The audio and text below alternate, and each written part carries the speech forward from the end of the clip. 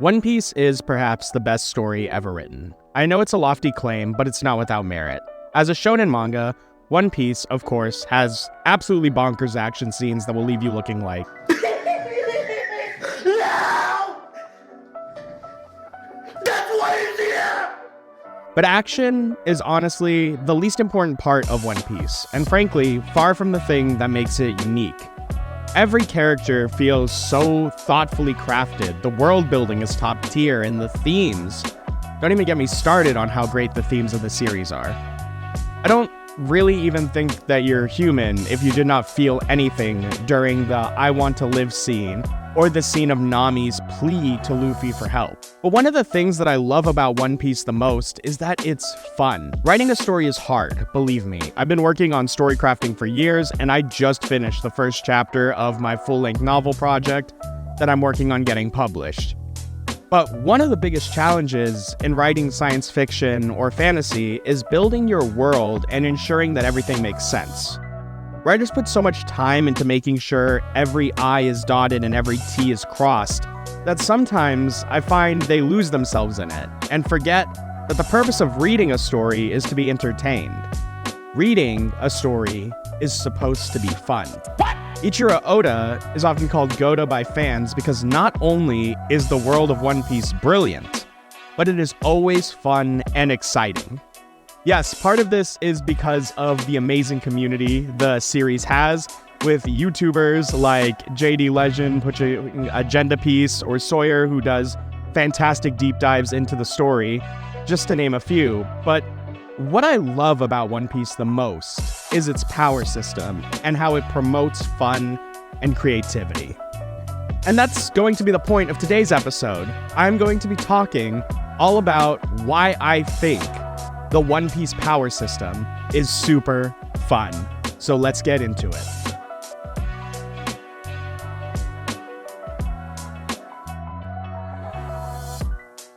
So let's get this out of the way. One Piece's power system isn't perfect. With the recent reveal of the true nature of Luffy's Devil Fruit, to the well-reasoned arguments that the series has become too hockey-reliant, to again the agenda piece of how it could even be possible that Zoro hasn't dog-walked Lucci yet. There is a lot of questions in this world regarding the power scaling of the magic system. And that's not really me dunking on power scalers because I'm one too. What I'm really here to talk about, though, is that despite its flaws, it is undeniable that One Piece's power system is super fun and a near infinite creative well. But before I can really get into why I think that, I think it's important that we talk about the power systems in place in the universe. And generally, fans have broken down the system into 4 parts. The first is Devil Fruits, the second is Hockey, the third is Swordsmanship, and the fourth are genetic-based powers. So let's go through each of these in inverse order because I think they get progressively more interesting and creative as we go.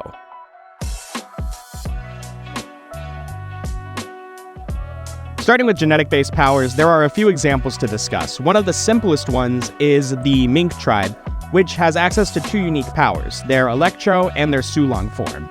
Due to most minks having thick furry coats that generate static electricity, all minks have the ability called Electro, in which they can channel electricity into their hands or weapons to deliver paralysis or electric shock. It is an ability only minks can have, and it is even stated that you cannot be considered a mink without the Electro ability. The other ability unique to minks is the werewolf-like transformation known as the Sulong form.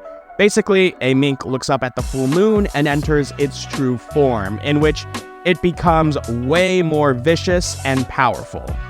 For those not really getting it, think of it as the Minx tribe Super Saiyan. They are not abilities granted to any other group, so I would classify these under the genetic powers. But the more prominent example, and what we are still kind of learning of how it works, is Sanji and his Germa awakening.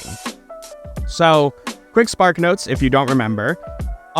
Judge, Sanji's father, did genetic experimentations on his kids, which took away their emotions and granted them power buffs, like super durable skeletons, and gave them powers like energy beams and poison control, And truthfully, even though both of these powers can be given by devil fruits, the Germa kids don't have the drawbacks associated with devil fruit consumption.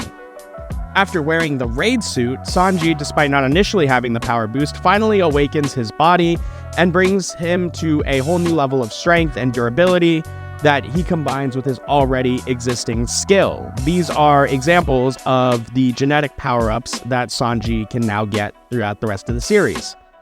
And finally, I've heard arguments for it on one side and the other, but I think Fishman Karate probably falls into this category to an extent, because while it can be taught to humans like Koala and Robin, they aren't doing the type of water manipulation with Fishman Karate that someone like Jinbei, for example, is capable of doing.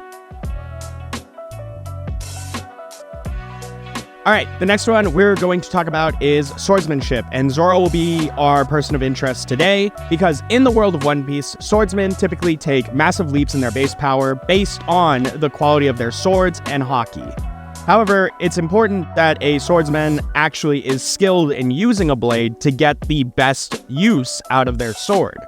For example, even if Luffy, who is super strong, walked around with Yoro, which is a extremely powerful blade strapped to his back, all it would do is weigh him down. After all, he himself admits,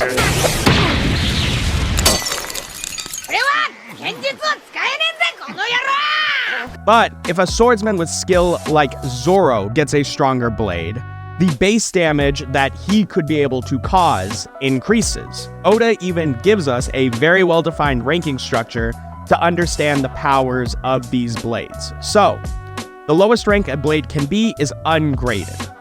And we see a ton of ungraded blades. They're just the generic blades that people have.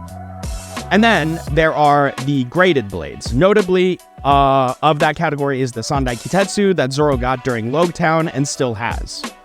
Above the graded blades are the 50 skillful grade blades. Zoro has had one of these in the past called Yubashiri, but it was destroyed by the guy who could rust items due to his devil fruit. Then above that are the 21 great grade blades, of which Zoro actually has 2, Wado Ichimonji and Enma.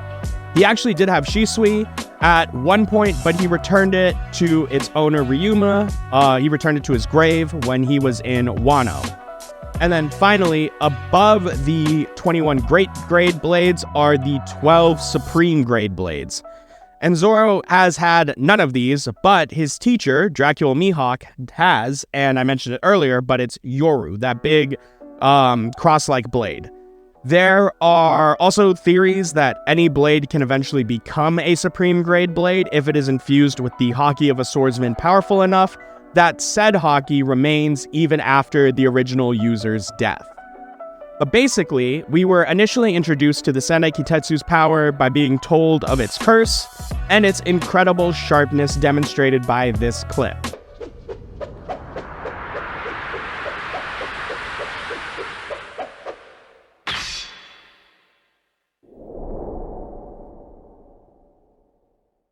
But later, we saw the power of a sword like Enma, which literally had the ability to split a cliffside off the island by an accidental swing of Zoro. So yeah, we clearly see how much the grade of the sword in the hands of a skillful swordsman matters. And that kind of explains the sword ranking power system.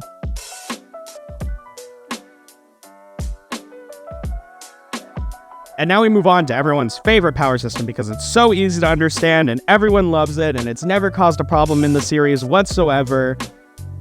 I'm just kidding. We're going to be talking about haki, and haki is probably the most controversial of all of the power systems because at its core, haki is a manifestation of the user's willpower and can appear in 3 different ways.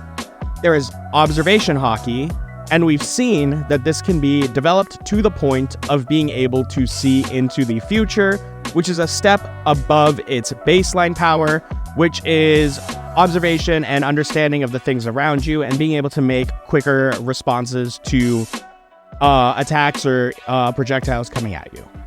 Then there is armament haki, which allows the user to use their own willpower to create a suit of armor around themselves, which also allows them to increase their destructive capability, particularly towards intangible Logia Devil Fruit users. This can be leveled up to a form called Ryu, which we learned about in Wano, which allows for emission-based attacks and internal destruction of objects and, well, people.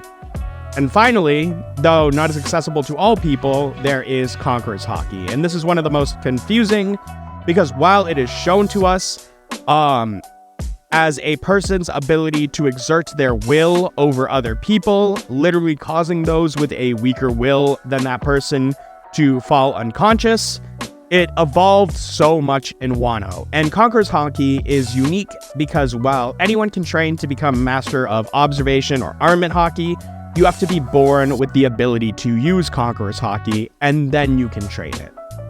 Essentially, from what I can understand, a user of Conqueror's Haki can even coat their attacks in the same dominating power in a process very similar to Ryo, which produces those black lightning effects we've seen in the show and can cause even more destruction if hit. I think that it's even shown through Shanks that someone with strong enough use of Conqueror's Haki can even negate Future Sight ability, but Shanks is weird throughout the entire series and we still don't know half of what he can do. There's also been a lot of discussion, as I mentioned at the start, that Haki has taken away the spotlight from Devil Fruits, which were the original power system of the world. And seeing how it seems to be necessary to defeat every major opponent the Straw Hats Pirates are facing nowadays, I might even agree with that critique to an extent. But it's not a critique of One Piece's power system, that's the point of this video, but rather an explanation about why I find it so fun. And with that, I'd really like to transition to the last power system and the thing that I think makes One Piece fantastic, and that is Devil Fruits. Devil Fruits are, as the name implies, fruits that a person can eat, and once they have eaten it, will grant them a specific power. The fruit is also cursed, hence devil in the name, and it will take away the person's ability to swim. The fruits come in 3 varieties. There are Zoan, Logia, and Paramecia fruits. In the simplest terms, Zoans allow you to become an animal and become progressively more powerful based on that animal's rarity. For example, a common Zoan would be someone like Lucci, who can turn into a leopard. Then there are ancient Zoans like X-Drake, who can turn into a dinosaur, an Allosaurus. And finally, there are mythic Zoans, like the one Marco has, that can turn him into a phoenix. The Zone user can choose between a hybrid or complete transformation, depending on the need, and gain the abilities of the animal they turn into. For example, Phoenixes are known for their stamina and healing powers, so Marco has great stamina and healing powers. Next are Logias, which provide the user control over a natural element. These are things like ice, fire, smoke, sand, etc.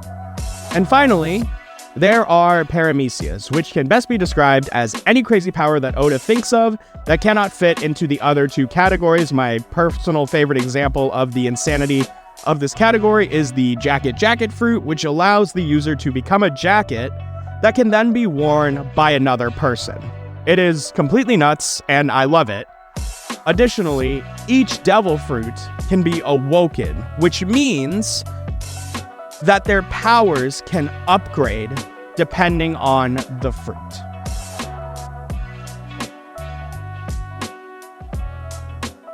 So with all that explained, why do I love this system so much? Well, there are 2 reasons. First, a lot of shonen struggle with consistency, and I don't necessarily feel like One Piece does it that much with their magic system. For example, if a great grade blade and a supreme grade blade clash and the users are of equal strength, then the great grade blade will break and the supreme grade blade will be fine, and it does not matter no matter how many times they strike each other. Another thing that doesn't change is that devil fruit users can't swim. That will never change. If you eat a devil fruit and you get thrown into the water, it's good game. Logias have superior and inferior forms of elements, and if they clash, the superior one, just based on the devil fruit power, will typically win. But all of that's great. Consistency is great. You know, I know a couple mangas that could really benefit from a more consistent use of the magic system. But the real reason that I love One Piece's power system is that Oda managed to make a pretty accessible hard magic system, meaning that we know the rules of it, without locking down his creativity. If Oda wanted to make a fruit about a guy who can blow bees out of his nose, he could.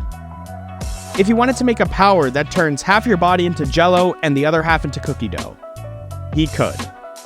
If he wanted to make a power where a guy goes through a transformational cycle of a chicken that affects his power, he could. Oh wait, he already did that. The reason One Piece's power system is so fun is that every time two opponents meet, we are left wondering just how these two opponents' skills and abilities will match up. How would a master swordsman like Mihawk fare against a person like Big Mom who can manipulate souls? How would Nami, who has the ability to manipulate weather, fare against an opponent like Monet, who is literally snow? What Oda has created is a paradise for those with imagination to thrive. I remember before Luffy's Devil Fruit awakening was revealed, the way people would theorize that his awakening would be resin-based and imagined all of the abilities he could have with that awakening. Or how, even now, people are wondering just what the powers of the Gorosei are, and I'm sure Tekking is already working on several theories as we speak. And while there are more complex systems out there, I mean, Nen from Hunter x Hunter is another fantastic and very well-explained power system, I don't think I'll ever read a story that has me questioning the full capacity of a man who can turn himself into berries. Like, what could he do? Or wondering just what a character like Usopp could do if he could just develop good armament hockey. I suppose what I'm trying to say is that One Piece's power system constantly has you thinking, but never leaves you utterly confused, at least for too long or unintentionally. And what's even more important is I'm never feeling overwhelmed or bored when I watch the abilities of characters on display during combat. When Luffy is going full force, beating down on a mythical blue dragon, I'm having fun. And in the end, isn't that what reading a story should be all about? But maybe I'm crazy. What do you think about One Piece's power system? Is it too flawed for you to enjoy? Do you prefer a more grounded magic system? Or does the way One Piece's system operate work for you like it does for me? I'd love to know your thoughts in the comments below. Also, as a fun little challenge, I'd like to know if you've ever thought of a devil fruit that we haven't seen in the series before. If you have, leave it down below. I'd be really interested in knowing what my audience can come up with. Thank you all for watching. Drop a like if you enjoyed the video and subscribe to the channel if you haven't already to keep supporting what I do here. I'm trying my best to upload more consistently here, as well as on my podcast, The Half-Blood Hill Show, and on Medium, so your support really means a lot. With that all said, have a great rest of your day, and until next time, peace.